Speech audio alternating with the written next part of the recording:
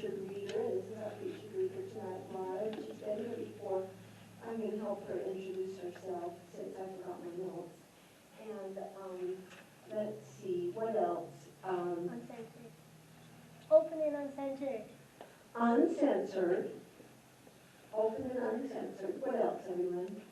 Anybody think of anything else that's really important to say? Joseph, what else do I need to say? There's a copy of the script on the clipboard if you want it. Really? That's cool. Laura, stay up here. I know. I did suddenly realize I was looking around for a clock, and I was like, I better grab this. Yeah, have your clock with you. We don't want you to go more than 2 hours. Yeah, we're a public reading series, territory, technology. Oh, you can go to heliconwest.wordpress.com and find out all of the stuff that you want to know about Helicon. The main thing is if you keep coming, you bring people, and you bring something to read if you're a writer, and if you're an aspiring writer and you're kind of scared, bring something to read and you'll find out how wonderful it is.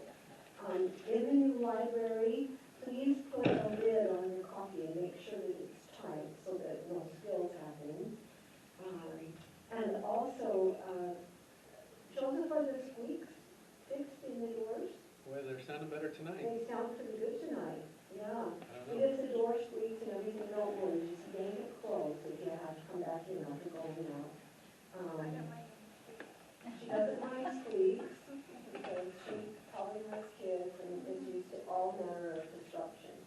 So Laura Stott is a good friend of mine, and we used to be a little bit related, but with divorces and kinds of things like that, you know, way back in our history, we might not be now, but it doesn't matter because I feel related to her because we're both writers. Yeah.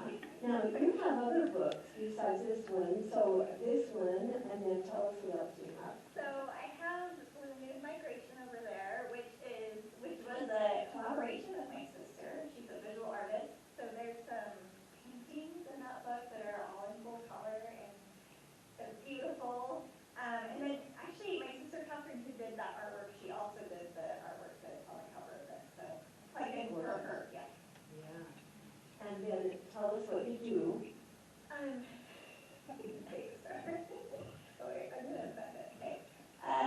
So I teach poetry and creative writing at Weber State University, so not too far away. And I also love to garden, and I love to walk around in the woods and ride a bike, and I love to sit and read books with my kids.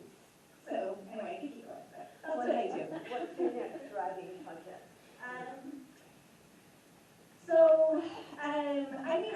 I'm always writing poems, which means I'm always working on a book, right? That's how it is when you're a poet. So I'm doing that.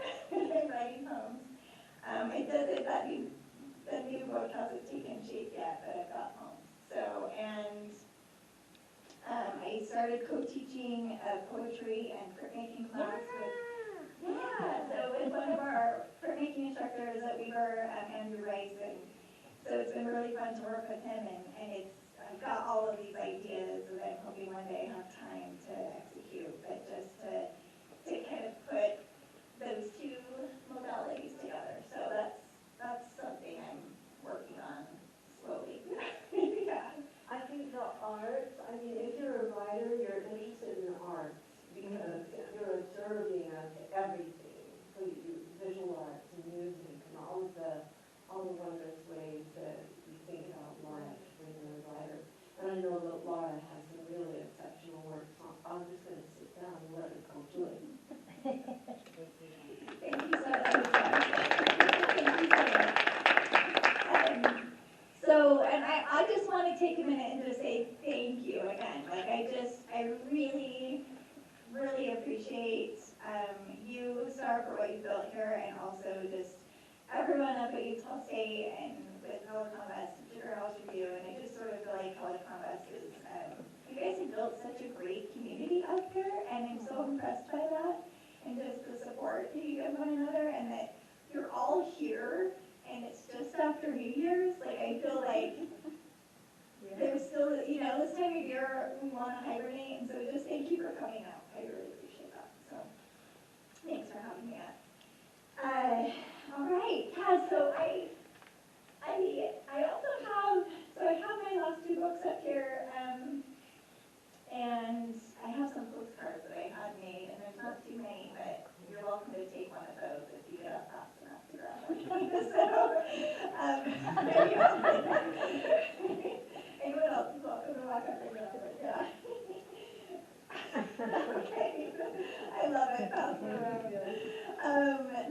I think that I had this dream, like, I'm going to do all of these fun prints and for poems in the book, and I have all of the ideas, and I have started some of those carvings, but I haven't gotten them done yet, and so one day when I'm out of reading, I'll have those too. But, so I guess a little bit about the book. I'm going to tell a story. So I would say these poems in this book, it's like they're all from about the time when I became a parent and on. And so it felt like, it felt about a year ago I had someone say to me like, oh, you're so prolific. And I was like, no, I'm not. What are you talking about? He said, you have a new book coming out. And I said, yeah, it took me 8 years to write that book. It feels like, that it can be a labor and it takes a long time, but at the same time it feels like that time went by really quickly. And I remember one of my students, just after I had my oldest daughter, saying to me in the hallway, he said, oh, I bet you're writing all of these poems about being a new mom and your baby. And I looked at him and I was barely sleeping at all, I was in that like hardly surviving mode, and I said, no, I'm not writing at all. And so, but I did eventually start writing. So, and being able to, obviously, it's a big part of who I am. So, and so this book in particular, somewhere, one of these little things I marked for that poem, a lot of the scenery in this book, not all of it, but came out of some summers that I spent in Alaska. And the thing about hiking in Alaska and being up in that landscape is even when there's not a bear, there's always a bear. And the title of the book is The Bear's Mouth. But there was a time after all of the summers that I spent up there working later when I was married and I had my oldest daughter. My husband and I took a trip up, and she was in the habit of waking up in the middle of the night, and there was this, I just found that it really helped to take her outside, and as soon as that cold Alaska air would hurt her face, she would calm right down and go back to sleep. And so every night there was this ritual of doing that, and so we were in Haines on this particular evening, and she had woken up, and I took her outside, and it's just the most beautiful place you can imagine, and the water, the ocean water in front of you, and the mountains, and the glaciers, and it's just, it's just, even though it's 2 a.m., it's just starting to get light outside. So there's that really dim light, and as I'm holding her and kind of singing to her, I see this bear in front of me on the lawn, and I'm like, oh, there's a bear right there. And I'm sitting here holding my baby, but I was like right up against the house too. And so I watched the bear for a little while, and then I went inside and got her back down into her little bed, and I went and woke up my husband, and I said, Jake, there's a bear outside. And I dragged him out of bed to go and look at it, and he's looking out the window, and he goes, that's not a bear. And I was like, yeah, it is. And he said, no, it's not. And I looked closer, and he was right. It wasn't a bear. It was just a pipe coming out of the ground, and all of this like big long grass around it. It kind of made the shape of a bear. So, and this happens all the time up there, where you're hiking and you're looking, and you're like, oh, I think that's a bear, and you watch it for a while, and then you're like, no, it's just a rock. But that's the thing, is it's always kind of on your mind. There's this presence, this thing that you're carrying around and thinking about, where is the bear? And so a lot of the poems in this book So I have 3 daughters, and my middle daughter, my second, was stillborn, and I lost her at 22 weeks. And through that process of grieving, I wrote a lot of poetry. And so there happens to be a lot of sad poems in this book. And I always feel like I want to come right out with that because you're going to come across them as I'm reading them. And I also feel like it's just good to open the conversation. Because once I had that happen to me, I had so many women saying, oh, like that, like just coming and talking to me about it and realizing that it's not that small of a world. So anyway, so this first poem is The Bear's Claw. You're downtown in an unnamed city. If you step out of your body and look around, you can see it, the bear. Next to the creek that winds through a shopping mall, trout swimming above the glitter of nickels and pennies, wishes from pockets and purses, gifts from dogs. There's the bear fishing one out, a trout. He's ripping it apart on the concrete. World peace, a daughter to come home, a cruise in the Caribbean. I wish you would say yes. Once, in the middle of the night, the bear was on the lawn, Alaska. I was up with a restless baby, only calmed by cold air. It was starting to get light, but it was only 2 a.m. The kind of light only the north brings and mist from the ocean. I sang that hymn a lullaby, and she fell asleep against my body, my back to the house, my face to the bear, trying to see it in a growing dream, slowly taking shape in the dying night. Which foot to put in front of the other, which threshold to turn to, the door left open behind me, the wild laughing against the shore in front, a child sleeping heavy against my heart.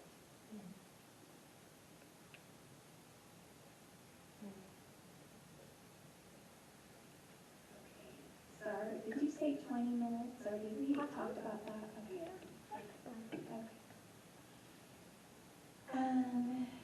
All right.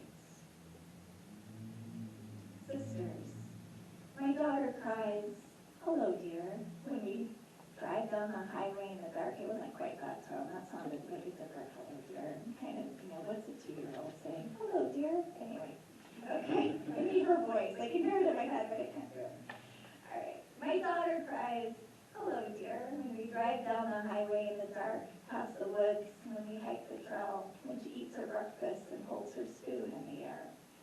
And there they are, the deer in my kitchen, ears twitching, wide eyes staring at the toddler while she smiles, so pleased at calling them there. But what now? Hello, baby, she says, and puts her head against my belly where a tiny hand waves from a nearby shore. The lake ripples with rain, the trees hush, grow quiet. I hope she hears you, little one. The doctors say the baby's survival is impossible. Your hands won't ever get to touch. When to tell her. Somewhere in the dark, she sees what we don't, in my tunnel, off the road. The deer's eyes peer back at her, glinting silver in the dark. Their bodies perched and ready to jump. I reach down to pick something that shines off the kitchen floor. Hello, baby. Hello, dear.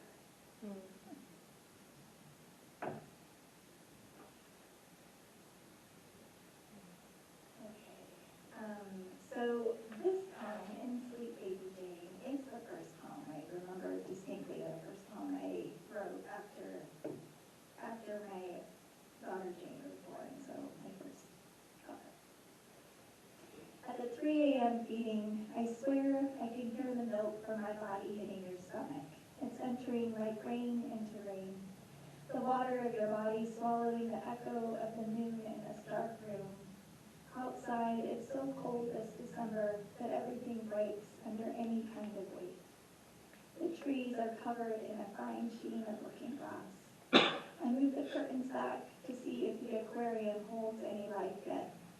There's only a pane of glass between us and this ocean, heaven. The road is white and quiet, where an owl glides between worlds, pulled by an invisible string. She carries a stone in her talon. Everyone will one day learn how to swim. The highway is closed tonight for ice because out there too many slid off the road and the family mourns. There was a moment just before the world began to spin, and the owl drops the stone where a fish out of the dark swallows it whole. Here in this room, my tiny angel eats with her eyes closed, hands clenched in the smallest fists, swallowed still, close to the heat of my body, her pulse still in a dream. When I pick you up out of your cry, your lips purse into a kiss, coming up for air, growing larger as we breathe under the ceiling and tide of the room. Okay, in the little town of Skagway, Alaska, there's just a couple of spots that I always really love to sit, like right on the shore, on the rocks, and there's a fjord right there, and so there's all this kind of calm, sometimes calm ocean water. It can get pretty rough too, but looking across, and it's the longest and deepest fjord in North America, and it was just always so startling to me, like just those steep mountains coming right out of the water, and the wells, so beneath. Who breathes out a sigh like the largest living animal on earth? I say she is a well gliding through the fjord, a canyon, holding the depth of an ocean, because I don't know how else she might have lived. She is a well gliding through the fjord, a canyon. She is my daughter, a brown-haired wonder, because I don't know how else she might have lived. A creature below the surface of everything. She is my daughter, like her sisters, another brown-haired wonder. I remember sitting on a rocky shore in a past life evening, while a creature swam below the surface of everything. I watched a light blinking across the fjord, the other side of a rocky shore in a past life. Even then, I could hear the well sing with the sound of her coming up for air across the fjord, like a light signaling on the other side.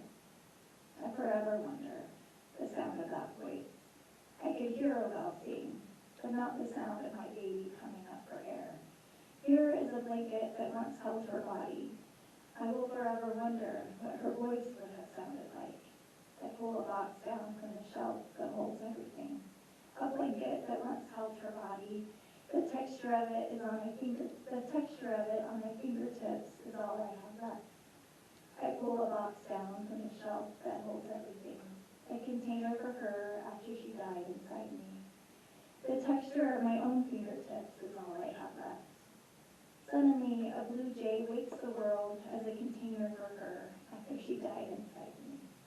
Sometimes I want to believe it's her on the trail I'm hiking, a sudden blue jay that wakes the world, like the wells that surface to let us know they're there. Sometimes I want to believe it is her on the trail hiking. I'm here, how beautiful it all is, like the wells that surface to let us know they are there. All the moments I wish I could go back and live again. I'm here, how beautiful her sister's laughter. My baby's fingers were pressed together like a Buddha. All the moments I wish I could go back and live again. I would ask the nurse to monitor the heartbeat until its last. My baby's fingers were pressed together like a Buddha, who breathes out a sigh like the largest living animal on earth.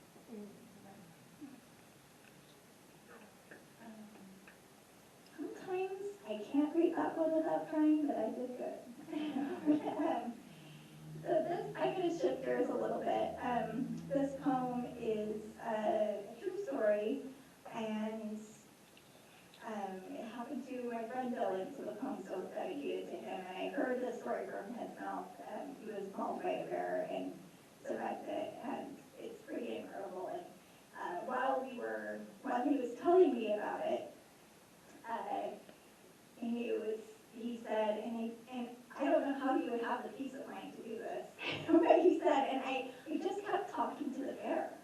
And because he was trying to just let it know, like, he wasn't a threat, so he was just like, it's cool, bear. So he was just kind of talking to it and trying to talk in this calm voice, and which seems incredible that he was able to do that.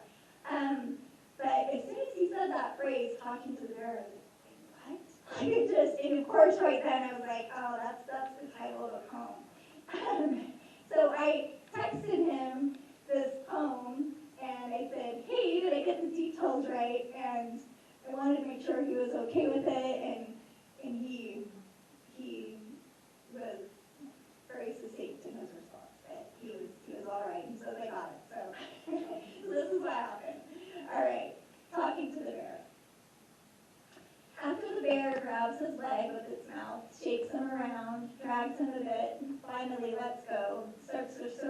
on the ground, my friend talks to the bear.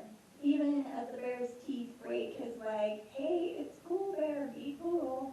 After the circles get wider, he reaches to his backpack, still on his back, going for the bear spray, and the bear charges him again. Stops short, and face to face, opens her mouth wide and roars. Point made. Okay, I understand. The bear circles him again. She doesn't eat him. She just wants him to know he's in charge. Late October, no one else is on the trail. He's 7 miles in. The paw print later measures at 7 inches across, just a juvenile. He makes a splint, irrigates the wound, the place where the teeth sank in, and makes his way to a cabin and radio that only sends back static, but wakes to the sound of a helicopter the next morning. I think the roar alone would stop my heart. I walk into the woods by myself, Alaska rain, evening. It's the kind of forest someone dreamed up. Moss a foot thick, ferns and dwarf dogwood on the floor, blooms that are perfect stars to navigate back in time. I may never return. A hermit thrush calls its beautiful call, like a meadowlark that's sadder. Another thrush answers. I look deep into the green on all sides of me and watch, talk to the bear. You kind of are talking to the bear when you're hiking because you just want to let them know you're there and you don't startle them and freak them out because that's, I don't know. So it is something that maybe all of us do. Anyway, but he said, so in the story, this isn't in the poem, but he said it was about 60 yards in front of them. And he said, I just did that thing where you let the bear know you're there, waved at it, yelled at it, and he said without hesitation, it just charged them, just like that. And he went like this to get his bear spray up. It was on the side of the pack, and he said, and by the way, you don't have time to get it out. and he fell over. So the rock he was standing on kind of was wobbly, and he fell over, and so the bear had direct access to his feet, which maybe was in the end a good thing. Like instead of his head, but I asked him, how long do you think it took, like, to get about 60 yards, and he said a second and a half. So, anyway, there you go. Oh, that's comforting, right? So, okay. Panorama. I am not Dionychus, early crustaceous, scales or feathers on my elbows, ankles, a found of color around my eyes, claws that can tear out the jugular in any neck weight of armor. Oh, beating heart, hunger, fountain of blood spilled on the mud. I am not Nemuthus primigenus, the smell of beastly body, all earth and urine on a damp forest floor. A forest larger than any country or map. Oh, to see what the sky was like back then. I am a woman watching time from a hot air balloon rising. I can see all the moments below me, each one getting smaller. Crater from an asteroid, the dust bowl rolling away, the towers fall, the houses I once knew. I can see them too, tiny dots, faces gone, to a blur of color I can't distinguish. Voices rise as far as we may fly, 42 years, 500. There, that lake is now a small jewel, fluid stone. Water we dove into, we, because it isn't always I, eyes shut, nose plugged, fill your body, float out of summer, open your eyes, and there is the wide mouth of the bass coming at you.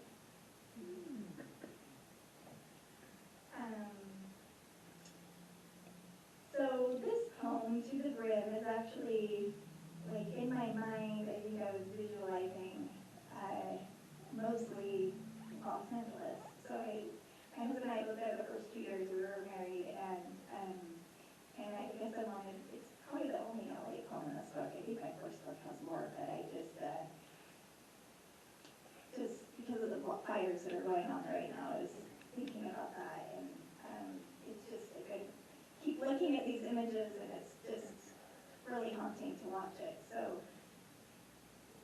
anyway, a little bit of LA here, To the Brim. A well is beside my body all the time, and the handle that cranks up the bucket makes the sound of a primeval animal that's either extinct or living behind my bedroom door. well, full of gourds, blossoms, and toads. The water here is full of stars and Milky Way that spirals into the night, and if I pull it all up, you can drink and be drunk on what heaven is deep in the earth. But what is lost there? One hand carries the bucket full of bones made of stars. The girl who fell into the well is never found. My body turns into a branch of bougainvillea, growing wild. The one over the stairs that lead down to the park on the corner of Bonnie Gray and Bellevue. Somewhere I used to live, a galaxy of pink and red. The bougainvillea in LA is so great. Okay. So, baby octopus crawling on hand. I'm married to someone who is really good at typing, and I was not the one that found this octopus sticky. Anyway, baby octopus crawling on hand. The octopus moves from behind its rock in the deep seas view like a ghost, a slow motion illustration of how sound moves in the inner ear. The creature floats from one glass wall to another, all 8 arms filling the space of octopus, sucking us all in. Once we found one, a baby octopus that I held in the palm of my hand and watched and felt it press as close as it could into my cold skin. Watched all 8 arms change to the pink color of my lifeline and callus. There it is, my life disguised as octopus. This is how to disappear. Everyone gathers round for nature's magic trick. Children press closer, parents lean over, they're at the fair, and I'm holding a fortune-telling spirit, glowing with landscapes of their future. None of us know as much as we think we know. I gently touch an arm, and the octopus changes to a dark ocean brown, quick and suddenly, no longer a part of me, back to something it shouldn't hold.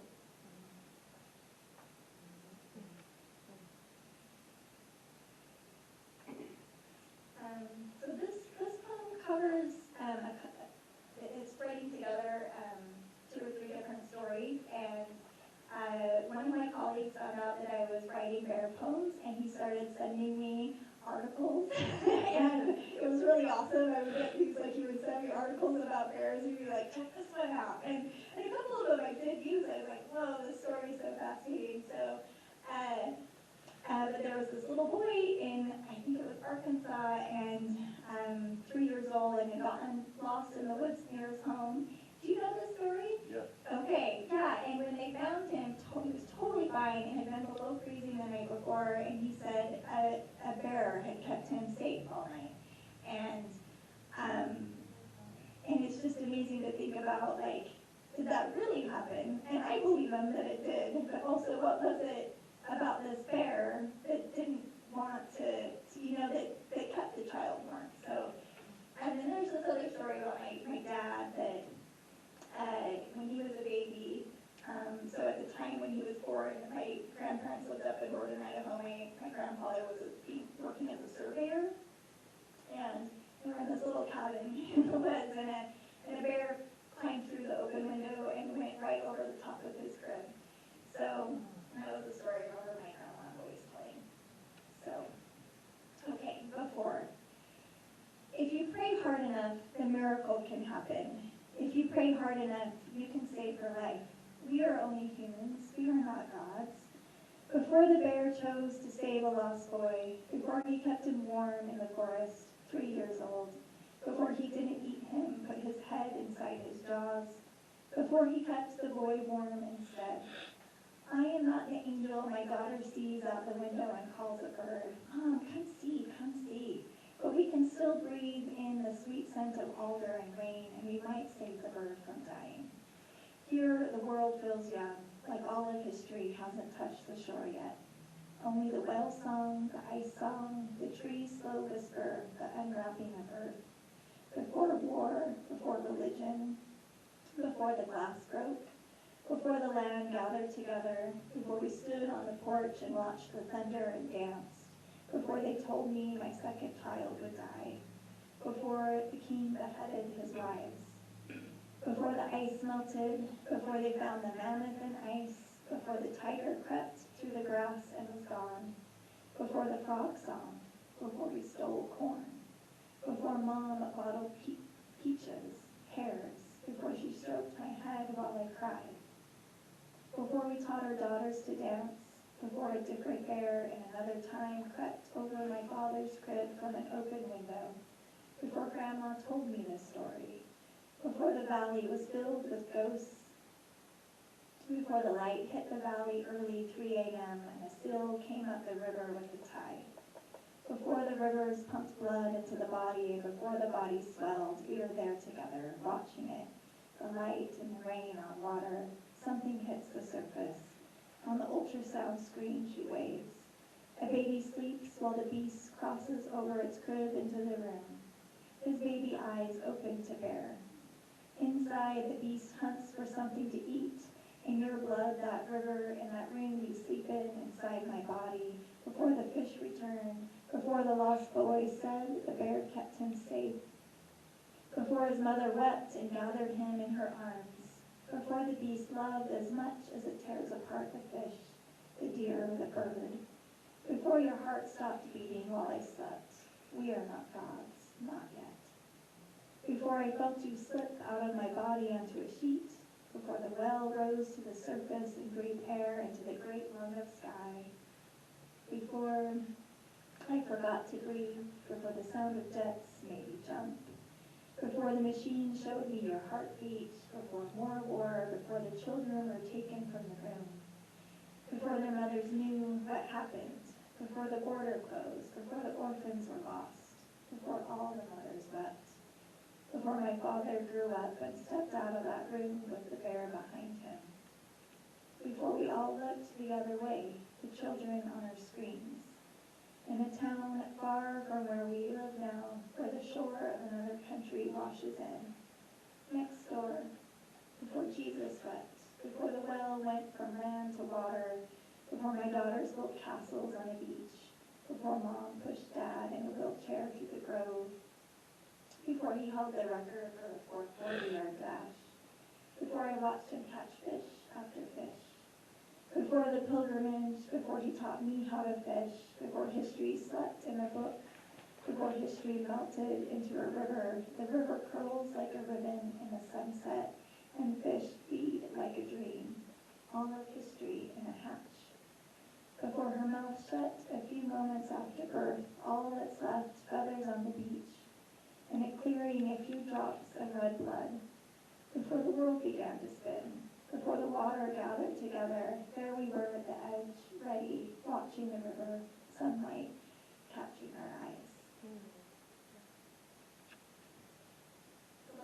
The last two times I've read that poem, my husband's a musician and he was doing this guitar thing, and it's something really weird for me to read it without doing that. It felt different.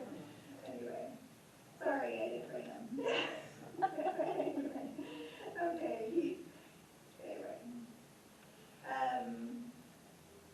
Okay, I'm just going to read two more. And so this is the one that caught Marcy's eye. And I owe this poem to you, Shannon, because I attended that workshop you did on Ode. It was on Zoom. Do you remember that? Anyway, I wrote the first draft of this poem because of your workshop. So thank you. Okay, Ode to all the messy rooms in my house. I praise you for your clutter of color, the Play-Doh creatures mashed into the rug, the small shoes sleeping under the couch, for all the tiger marbles, the sorry board game cards littering my floors. Sorry. To the rose petals under the shelf, to the beloved pony that has slept 600 nights in my daughter's arms, now tucked behind throw pillows, waiting for rescue from imagined hot lava on the floor. Ode to summer's mint and lavender hanging from the ceiling. Ode to the bag of treasures, leaves, grass collected all morning. Ode to winter's coats wet and dripping like the skins of small animals shed at a warm door. To the tired old balloon, a pink cellophane star, weeks past a birthday, resting here bound to earth.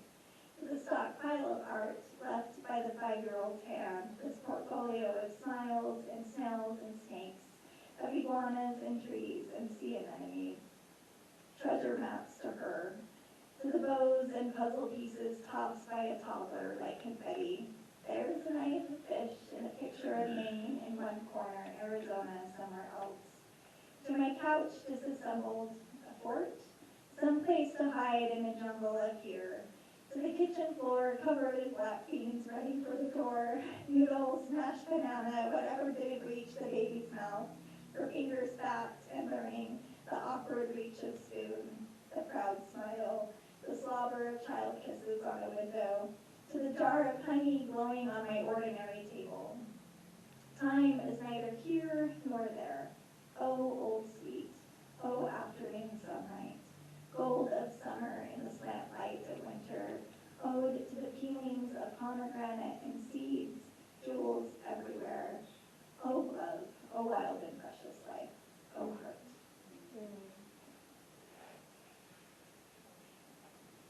When you crawl outside of the bear. When you crawl outside of the bear, you will always try to crawl back in. Even when the world stops spinning and a blue heron rises in front of you like a dream you once had, or the spirit of someone you love. In the middle of a sunny afternoon at the water's edge, a walker taking to see birds, something passing through on its way to another world, somewhere sunnier, probably. In your hand a fly rod, something to draw all the secrets out of the water, but only a bite, a strike. There's always a bear, even when there isn't a bear. And there it is, the fish caught on the bank, wriggling in the sunlight. Sometimes the hook is out before you're even on your knees. Hold the fish underwater, feel it catch its breath in your hands before it disappears into some shadow place, somewhere you can't fit into, not yet.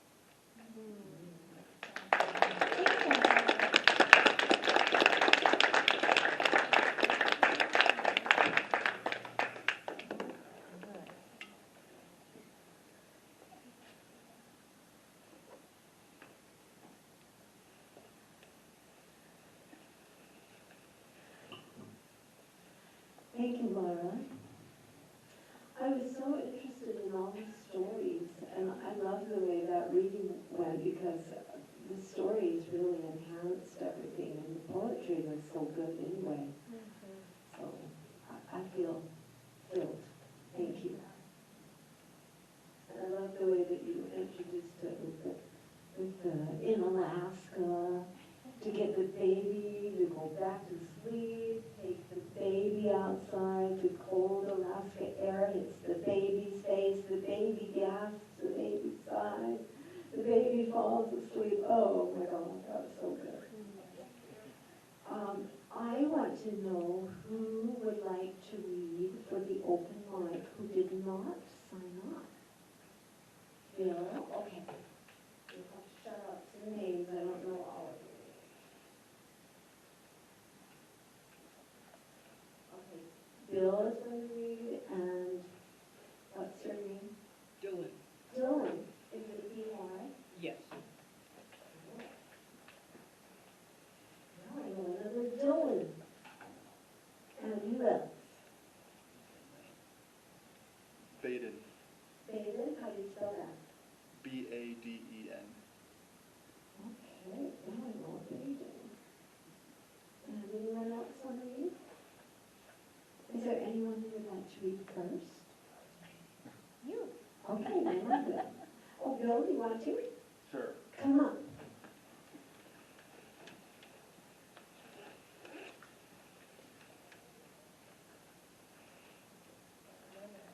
This is her fault, because she talked about bears. And I too lived in Alaska before the quake, during the quake, and after the quake. If you don't know about the quake, you're not from Alaska, you've never been to Alaska. And if you tell me you've been in a quake, and I say, were you in Anchorage when they had the quake, I will denigrate your experience. Okay, here we are. Ollendorf Air Force Base. I'm a little kid. And I look over there. Hey, what are the security police doing over there? Why is everybody, what's going on? Oh, I'm gonna go find out. And as I get closer,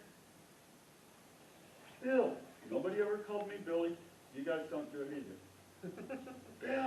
Bill, watch out, there's a bear, there's a bear.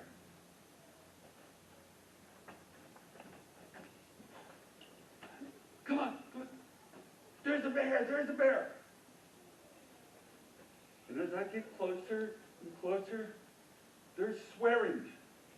I'm like, uh-oh. What I do wrong now? I never did anything wrong. Nothing's my fault. And it turns out the bear that was following me was a great big black Newfoundland dog.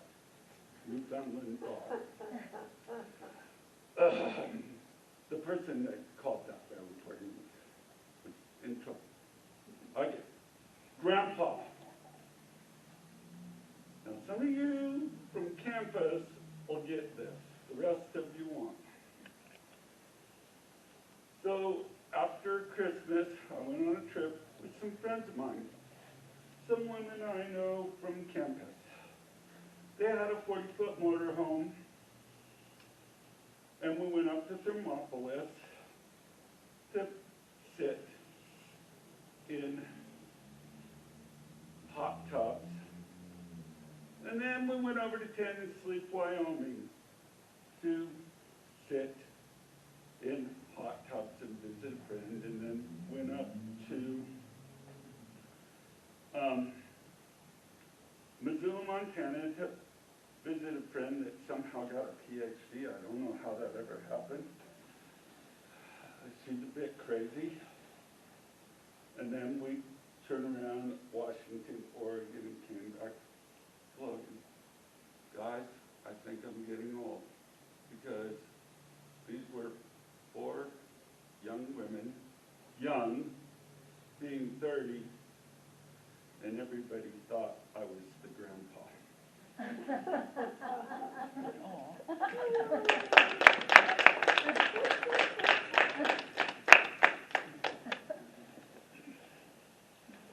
All right, so that's how things go on here at Helicon West.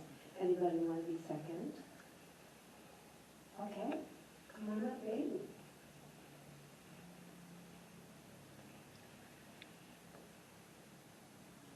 So, I brought my own piece, but is it alright if I can also share some, like, another person's stuff? Sure, as long as you don't go over 7 minutes total. Okay, awesome. So this one I wrote pretty recently, last semester.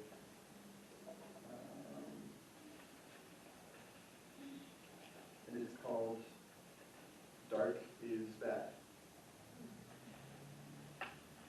It's supposed to feel good. I really like poems or just pieces of writing or literature that inspire. Dark is bad. It stalks with no fire and never expires and always finds its prey. The question is personal to each of us. Will you battle the dark, alone, afraid, your flame a cold shade? I'd run away sometimes. I couldn't handle the fright. People say it's okay to fail, but why does it feel like I should fail? Dark is bad, like smoke in the lungs. Cough it up, I beg you, please. It's not worth the suffering to inject the lies, the hate, the pity, and rage. I've seen what it does to brilliant souls like you. It's a bad feeling. It burrows in the heart and parasites the vein, controls the nerves, and kills the brain. Dark is bad, so take the exit. Don't pull the plug, turn the knob, and light the gas, and let the fire stoke, and light the way back home. I'll be there to keep it bright, so when you read this letter, look to the light for which we fight. Dark is bad when you're alone, but you're not. behind, lantern in hand, fire stoking. Shadows shiver against our flame, gnashing, lashing, roaring with pain. Dark is bad, until it is gone. I believe in you to spark a fire, to never die. And if you falter or lose your flame, I'll come running. I'll come running. And then I have a few pieces from my old English teacher, J.B. Keaton from Mountain Crest, so you might know him. But I was thinking, as I was sitting down there, maybe he helped me become the poet that I am. Helps start to find me. And this whole poem, this book, is called Dandelion Boy. And he's always considered himself, seen himself as a dandelion, which I thought was interesting. So I'll write the first poem in this book, or read the first poem. I haven't looked at this in a while, so well, this is an experience for all of us. Dandelion Boy. His father's words still ring in his head. Pull the dandelions before you mow. There in the green, the white plumed puff, floating in the grass, calls to him. Stooping, he pulls and breaks it off, lifting it to his eyes. He's heard at school, one can make a wish, while blowing seeds away. He shuts his eyes and sees his life. One wish. That's all it takes. One wish for parents not to fight. One wish for loving words. One wish for more than a second son. One wish just to be heard. One wish for hearts that beat for him and him alone. One wish, one breath. That's all it takes. Takes his fractured home. With trembling hands, he holds up the stem, up to his trembling lips. One wish. Just one. He has one wish before his body ceases. He exiles his dreams and all his hope, and watches all the seeds as they dance along and begin to play, as wishes will and win, while he bends down and grips again to mow his father's lawn.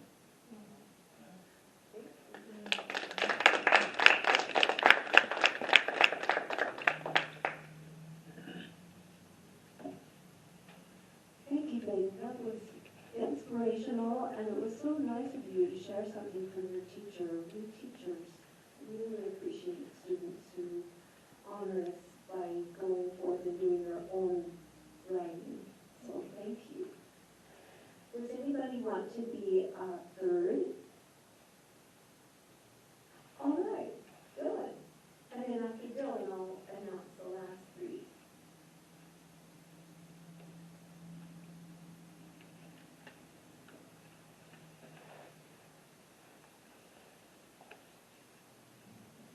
So I won't take too much time. I've just got one poem to share. I'm not actually a poet, but I'm getting very interested in the genre. And I'm hoping to use it to exercise a little bit more of my writing skills. So this is a poem I wrote, I want to say a few weeks ago. I'm not sure how many. But it's called Forging Home.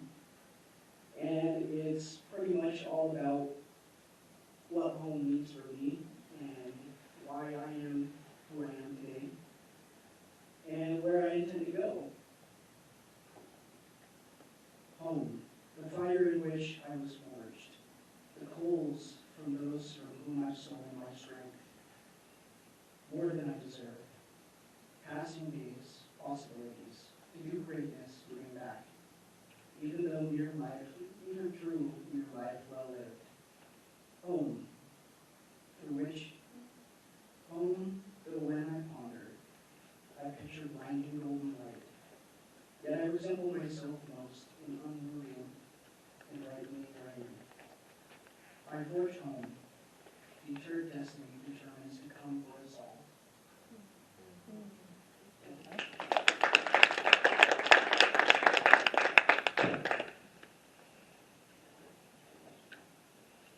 Well, that was beautifully read.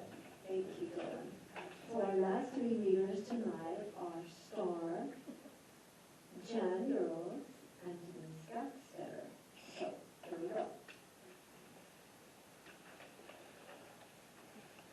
I've been writing some prose poems lately. I've been revising memoirs and turning them into prose poems. And this one is called Hold. It wasn't like I wanted to lift anything when I flew out of that house. I just wanted what was mine. I took my clothes, those I hadn't already donated to the thrift store, and those favorites my older daughter hadn't borrowed for keeps years before when she was living at home. She was a gifted thief. I'd often find unfamiliar things in her room: shoes, coats, jewelry, a retainer. Teresa's mom called one day accusing my daughter of stealing it. She was nice about it. I hate to bother you with this, but I think Diana took Teresa's retainer last week. Teresa says she left it on the dresser. When Diana came over, it disappeared. Poor Michelle. I said, why in the hell would she take a retainer? That's the most ridiculous thing I ever heard. Well, they had to get a new one for Teresa, a new retainer, a big expense on their tiny budget, and nobody ever found the old one. But Diana had the straightest teeth of my 3 kids. I didn't find out until she came out to Flagstaff as a married woman to her younger sister's college graduation, told us about it over breakfast. The next morning, I was aghast, hearing how she did it, and wore it every night for years. She couldn't believe I didn't know. Her story came out 12 years after my own stealing incident, as her dad, my soon-to-be ex-husband, labeled it back then. I'd gone to the house with police protection after spending a month in the women's shelter. My ex said to the cop, as I gathered my clothes from the bedroom closet and my toiletries from the bathroom, "She's stealing my stuff." I was taking my disposable razors out of the bathroom drawer. He'd used an electric razor for many years. The cop said, "Stand back, I'm just here to watch." I put my razors in the bag with my makeup and hair things, then opened the next drawer and said, "You want my tampons too?" Oh, it was a puny raid. I took a meager third of the dishes, the cookware, the cutlery. I split that third with my 16-year-old who left the apartment we couldn't afford to keep after the divorce and went to live with her boyfriend. I took half the towels and one pair of sheets. Daughter took her sheets and blankets, everything that was in her bedroom. She took her piano books. Oh, we couldn't take the piano. No place to keep it. I took the appliances we had doubled: toaster, coffee maker, blender. I left him the microwave, that monstrosity from the 1970s that he'd given me for Christmas one year as an apology for his affair with a waitress. I was a waitress for the first 10 years of our marriage, a hardware store clerk, an insurance and investments agent. He was a cook and meat cutter. He was blazing mad when our youngest and I left him and went to a shelter for a month and came back one afternoon to what was once our house to pack up the things that had made it a home. I took my books and papers. There weren't many. He'd keep finding things I'd written, poems, thoughts, our plans of escape, and confront me, flapping them in my face and yelling, "What the hell am I supposed to think about this?" Daughter took her car, the Volkswagen Bug she inherited from her older brother after he got married, but her dad sent the sheriff to the high school to take the keys from her because his name was on the title. Oh, we made terrible thieves. We couldn't even steal what was ours.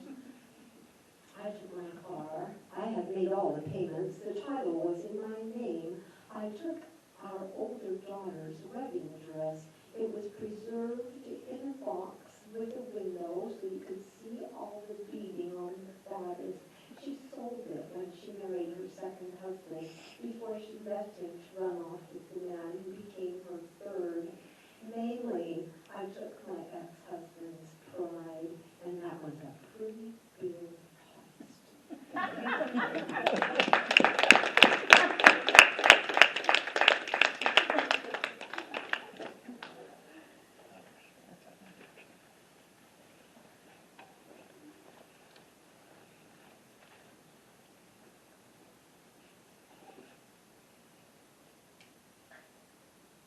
My piece is called Stigma. Stigma, a set of negative and often unfair beliefs that a society or group of people have about something. I grew up a rather privileged child. My father was an officer in the Army. My family had quite a few perks. For instance, when he was promoted to general, just as I turned 16 and got my license to drive and had a car to use, since he had his own vehicle and his own driver, there was a star in the car that I drove. I got saluted by MPs and other soldiers on base as I tooled around, and that star provided me with other special treatment. Growing up, we moved around a lot, but had plenty of nice things and lived a typical 1960s American family life, for the most part. Until I was 17, and my life fell apart. For the first time. My parents got divorced that year, and it caused my life to spiral out of control. Decisions were made about my future without my input. I was a puppet in their torrid drama. I had to go live with my mom, who was struggling to make ends meet and had no funds to send me to college. My dad, who was fairly wealthy, dropped out of the picture totally. I felt like a burden to my mother, who was really hurting from the divorce and the change in her lifestyle. So I figured I should get out of her way. Thus, I married at 19 and moved out. But I was the same person. 13 years later, I found myself moving across the country, newly divorced myself, and with 2 small children. I landed in a small provincial town in northern Utah to start my life anew. Logan was the most coupled up place I had ever seen. Little did I know that that big red D that was projected on my forehead would hamper me. But I was the same person. Regardless, I made the most of my new independence. I was working full-time at a decent job, taking classes to finish my college degree, raising the 2 kids alone, and maintaining. I found a nice niche of friends who personally was thriving. But still, there was that big red D emblazoned on my face. Eventually, I started dating and got engaged to a man who worked as a professor at the university. He was very kind to me and to my children, and I felt like I'd hit the jackpot. All of a sudden, my status changed, but I was the same person. When we got married, I actually got a raise at work, and my insurance was more generous. A couple gets better health insurance than a single person. Go figure. We embarked on a very active social life and made a slew of new friends. They were mostly couple friends, most of whom I did not know beforehand. Therefore, they met me as the wife of a professor, not the scrappy single mom who clawed existence for herself out of nothing. I was a little concerned that these people didn't know the real me. But I was having a good time, so I didn't dwell on it too much. But I was the same person. 17 years later, that marriage broke up due to his infidelities. Suddenly, I was a single person again, and bam, the stigma came raging back. Most of my couple friends dumped me. Infidelity is not contagious, but they treated it as such. I had to strike out on my own and develop new friends. Some were single, some were coupled, but they all got to know me, not the professor's wife. But I was the same person. And yet the stigma of being divorced still exists. In the past year, I've known at least 10 women who have lost their husbands and have become widows. They are now single, yes, but their subtle difference between widowhood and divorce. Through no fault of my own, I still wear the big red D, and the stigma sticks. But I am the same person.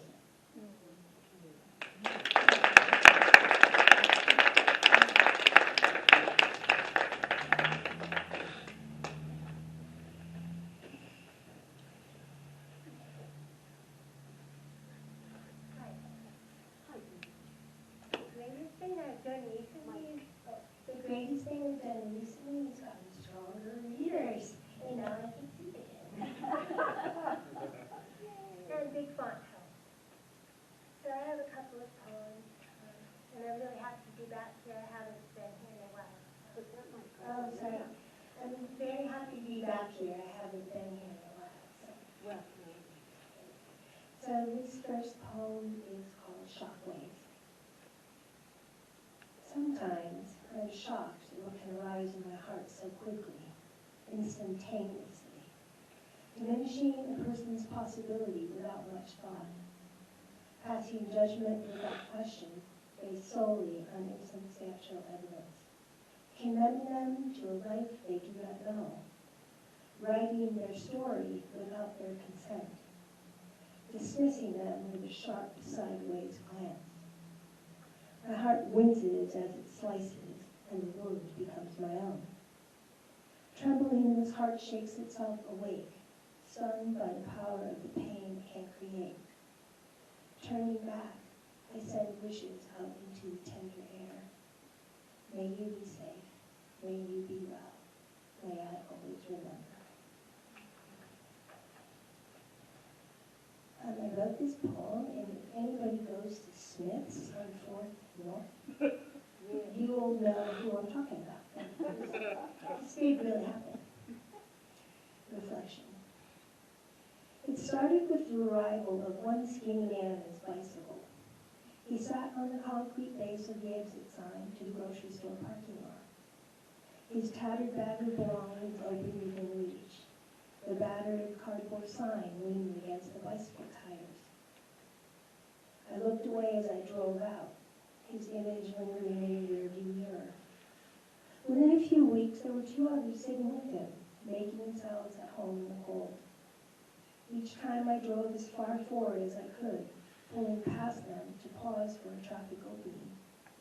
Each time I saw in my side mirror their faces looking to catch my eye, I looked down, I looked left, I looked everywhere but there. As I drove away, Shane sat in the passenger seat, and I didn't recognize who was driving. Yesterday, that driver bought 3 coffees with cream and 6 different donuts, tucked in a tray and nestled neatly in a folded-over bag. She carried them out to the car, carefully placing them on the passenger seat.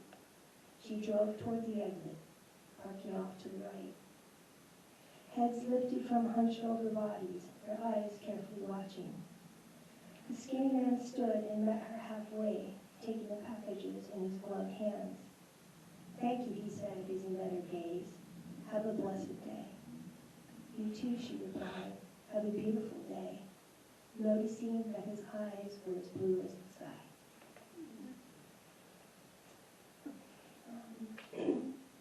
I wrote this poem. I'm very fortunate that I have coffee with a very nice friend. And most Wednesdays, sometimes on Tuesdays, at the West Side Cafe. And I've just been noticing lately how much kindness there is in the world, and I felt like I needed to give back. So I wrote this poem for this crew at West Side, for Maury, Emma, and the West Side. It's called Cup by Cup. On Tuesday morning, I opened the door to the cafe. As I crossed the threshold, I was immediately embraced by the cacophonous cornucopia of welcoming sounds and delicious smells. From behind the counter, she called, "Hello, friend. How are you today?" Her smile shined out across the entryway, a beacon of kindness guiding me in. I couldn't help myself and beamed back. As she took my order, she focused fully on me, and for a few moments, I was the only person in the world who mattered. As I stepped aside to wait for my coffee, I held my full cup close, witnessing as she greeted the next friend and the next with equal attention. She filled each cup until their smiles spilled over, adding to the abundant light already burning in that small, warm room. And everyone like that. This is called Leaving No Trace. I am not interested in leaving any grand legacy that will flood the sky with light or leave my name carved in polished stone. No, I'm not up to the task of such greatness or grandeur, or wondering about what will be said after I've left the room. No, it's enough to be concerned with the here and the now, with what is within my immediate reach, and how I meet each moment. I have no instructions or directions on how to get it right.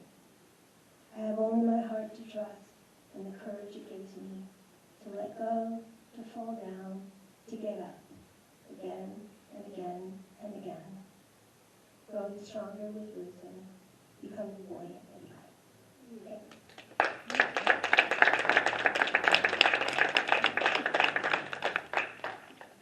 Yeah, becoming buoyant with light, that's our Denise. Thank you for wrapping this up tonight for us. And Jen, thank you for that piece. So thought-provoking. Thank you, all of the poets and readers, and thank you again to Laura. And Laura has books here. Don't forget, Laura has books here, and so swarm up here. I got mine so that I'm not in a crush. But come and buy books, and she will sign them for you. And thank you. Come again soon. Some of us are going out to cafes before or after, so come and join us if you want to, okay? Even if you already have dinner, you can just come and visit. All right? And thank you, Woody. Woody is our intern, and he does such a fantastic job with recording everything, setting things up.